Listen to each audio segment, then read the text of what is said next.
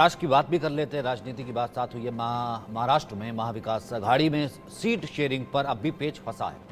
उद्धव ठाकरे, शरद पवार, कांग्रेस के नेता बैठक पर बैठक कर रहे हैं, लेकिन अनाउंसमेंट हो नहीं रही है, गुत्थी नहीं सुलझती दिख रही। और सीट बंटवारे की ये जो अनसुलझी गुत्थी है, इस पर क्या होगा कोई नहीं जानता। एक एक सीट के लिए गठबंधन के नेता माथापच्ची कर रहे हैं। तो इधर उद्धव ठाकरे आज अपने 17 उम्मीदवारों का ऐलान कर सकते हैं। शरद पवार ने अभी तक अपने किसी उम्मीदवार के नाम की घोषणा नहीं की है, जबकि कांग्रेस ने कुछ सीटों पर उम्मीदवारों का ऐलान कर दिया है। तो उधर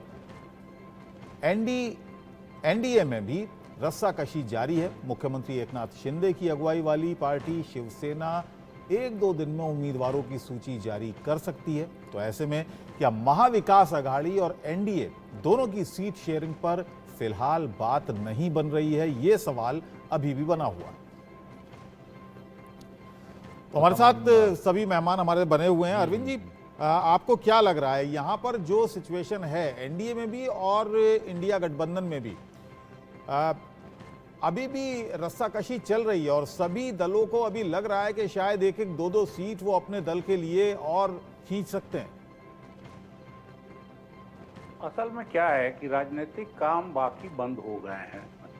जो आंदोलन से लेके पढ़ाई लिखाई वाले पार्टी के अंदर के, तो सिर्फ जुगाड़ और सिर्फ गिनती बढ़ाना ये सब रह गया है। तो इसलिए जब भी आप देखेंगे कि ऐसी गिनती होती है तो हर पार्टी का क्लेम जरूरत से ज़्यादा बड़ा दिखाई देता है और हर नेता अपना क्लेम, और कोई मैदान छोड़ना नहीं चाहता।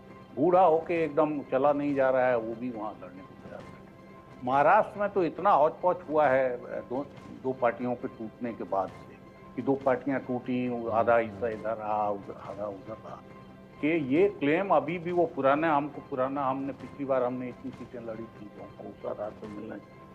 बीजेपी को ये है कि आप विधानसभा में ज़्यादा लीजिए, लोकसभा में हमको ज़्यादा दीजिए। तो ये, और कुछ चीज़ें स्वाभाविक भी होती हैं, कुछ चीज़ें अचानक जब गठजोड़ बनाने की स्थिति आए तो स्वाभाविक भी है। और आप देखेंगे कि अंत में कई जगह वो जो दोस्ताना मुकाबला कहते हैं, क्योंकि दोनों कैंडिडेट और दोनों पार्टियां मानने को तैयार थी। ये जल्दी जल्दी में बगैर विचारधारा के, एक के बिना कार्यक्रम की एकता के अगर गठजोड़ होगा तो उसमें सीट शेयरिंग का झगड़ा यही नहीं खत्म होगा। मेरे ख्याल चुनाव के दिन तक ये फैसला चलता है। बस ये लोग इसलिए भी कर रहे हैं अभी की बातचीत कि पोस्ट पोल अलायंस में सुविधा हो जाए। पोस्ट पोल अलायंस की गिनती भी कई जगह, जैसे उड़ीसा में अगर अलग हुए हैं बातचीत करके, तो वहाँ पोस्ट पोल की बात तुरंत आ गई, कहते चलिए अभी हमारा नहीं बना लेकिन हम लोग पोस्ट पोल लिख पाते हैं। तो ये खेल असल में वही है। और दावे चाहे जितने बड़े बड़े किए जाएं, अंदर से सब डरे रहते हैं जब भी जनता के सामने जाना होता है। तो 370 की बात करें, लेकिन असल में 272 की लड़ाई लड़ता है।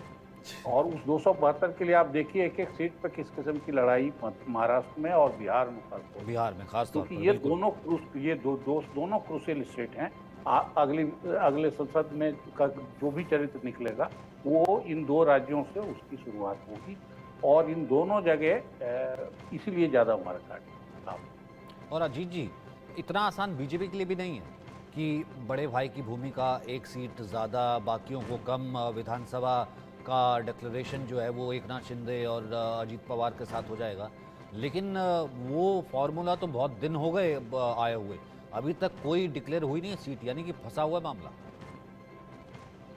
देखिए, महाराष्ट्र और बिहार दो ऐसे राज्य हैं जहां पर एनडीए और इंडी गठबंधन दोनों की, जिसे कह सकते हैं कि दोनों एक साग दांव पे लगी है। बिहार में काफी हद तक एनडीए ने अपने को संभाल लिया है।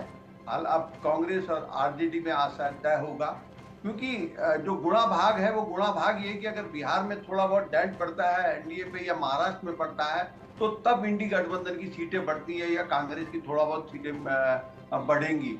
महाराष्ट्र उसमें सबसे इम्पोर्टेंट राज्य है, वहाँ पे 48 सीटें आती हैं। और जो महाविकास आघाड़ी जो गठबंधन इस समय बना है वो कहीं ना कहीं मजबूत दिखाई देता है एनडीए गठबंधन के मुकाबले, लेकिन उसमें अब देखने वाली बात यह है कि प्रकाश अंबेडकर ने चुनौती वो दी थी कि आज का दिन एक कहा था कि आज तक आप बताएं, तो प्रकाश अंबेडकर के उस गठबंधन का हिस्सा रहेंगे नहीं रहेंगे, ये भी एक सवाल खड़ा हो रहा है। तो ये बीजेपी वाले अलायंस के लिए एक शुभ संकेत है कि अगर वो गठबंधन में टूट आती है, शिवसेना अपने कैंडिडेट अनाउंस करती है, कांग्रेस में भी क्या कहते हैं अभी मामला बहुत कुछ तय नहीं हो पा रहा है, तो क्यों अच्छा बीजेपी जानती है कि महाराष्ट्र में अगर जो नुकसान है वो महाराष्ट्र में हो सकता है, उनको ये इससे इनकार नहीं कर सकते कि जो 5 सीटों का हो 10 सीटों का नुकसान हो, अगर महाविकास आघाड़ी गठबंधन मजबूती से वहां बनता है, बना रहता है वोटिंग के दिन तक और मजबूती से चुनाव लड़ता है, तो मेरा ये मानना है कि महाराष्ट्र में जो 400 का टारगेट बीजेपी लेके चल रही है वो महाराष्ट्र में थोड़ा सा दिक्कत चलिए महाराष्ट्र ही चलते और हैं। ये मेरे सहयोगी विकास श्रीवास्तव इस वक्त मेरे साथ बने हुए हैं। विकास, क्या सूरत हाल वहां पर है सीट शेयरिंग को लेकर दोनों ही धड़ों में, महाविकास आघाड़ी की बात करें और एनडीए की बात करें? आपसे थोड़ी देर पहले अजीत पवार का बयान आया है। अजीत पवार ने साफ कर दिया है कि जो महायुति है मतलब एनडीए, उसमें 99% बातचीत जो है हो चुकी है, सीट शेयरिंग फॉर्मूला तय हो चुका है, 1% बचा है और 28 तारीख का समय भी उन्होंने दे दिया है कि 28 तारीख को औपचारिक ऐलान किया जाएगा एक पत्रकार परिषद लेकर, तो सस्पेंस उस दिन क्लियर हो जाएगा। लेकिन हमारे सूत्र जो हमें बता रहे हैं उसके मुताबिक बीजेपी ने इस सीट शेयरिंग फॉर्मूला में अपना दबदबा बनाए रखा है। वो 27 सीटों पर लड़ने जा रही है। एकनाथ शिंदे की शिवसेना को 14 सीटें दी जा रही हैं, तो वहीं अजीत पवार को मात्र 4 सीटों से संतोष करना पड़ रहा है, क्योंकि अभी एमएनएस जो कि राज ठाकरे की पार्टी है उसको शामिल किया गया एनडीए में, तो उसको भी 2 सीट देने की बात हो रही है और एक अन्य एक सीट जो है महादेव जानकर की पार्टी राष्ट्रीय समाज पक्ष, उसको एक सीट दी जाएगी। तो इस किस्म का फॉर्मूला जो है तैयार हुआ है, लेकिन औपचारिक ऐलान जो होगा वो 28 तारीख को होगा। मैं आता हूँ महाविकास आघाड़ी पर। महाविकास आघाड़ी में प्रकाश आंबेडकर की पार्टी वंचित बहुजन आघाड़ी को के शामिल होने को लेकर अभी भी सस्पेंस है, लेकिन आज ही सवेरे प्रकाश आंबेडकर ने खुलकर कहा है कि अकोला में वो एक प्रेस कॉन्फ्रेंस करेंगे और वो ये ऐलान करेंगे कि वो महाविकास आघाड़ी में है या नहीं है, क्योंकि उनके लहजे से पता चलता है कि वो काफ़ी नाराज चल रहे हैं। वो लगातार 6 सीटों की मांग कर रहे थे महाविकास आघाड़ी से, लेकिन महाविकास आघाड़ी उनको 4 सीटों से ज़्यादा देने के लिए राजी नहीं थी, तो इस गठबंधन पर सस्पेंस बना हुआ है। रही बात महाविकास आघाड़ी में सीट शेयरिंग को लेकर, तो आज ऐलान हो सकता है उद्धव ठाकरे की पार्टी से 14 से 16 सीटों पर कौन लड़ने जा रहा है। ये वो सीटें हैं जहां पर कोई मतभेद नहीं था और ये तय था कि शिवसेना ही लड़ेगी, वो शिवसेना जो उद्धव ठाकरे की शिवसेना है, तो उस पर उम्मीदवारों के नाम का ऐलान जो है आज हो जाएगा।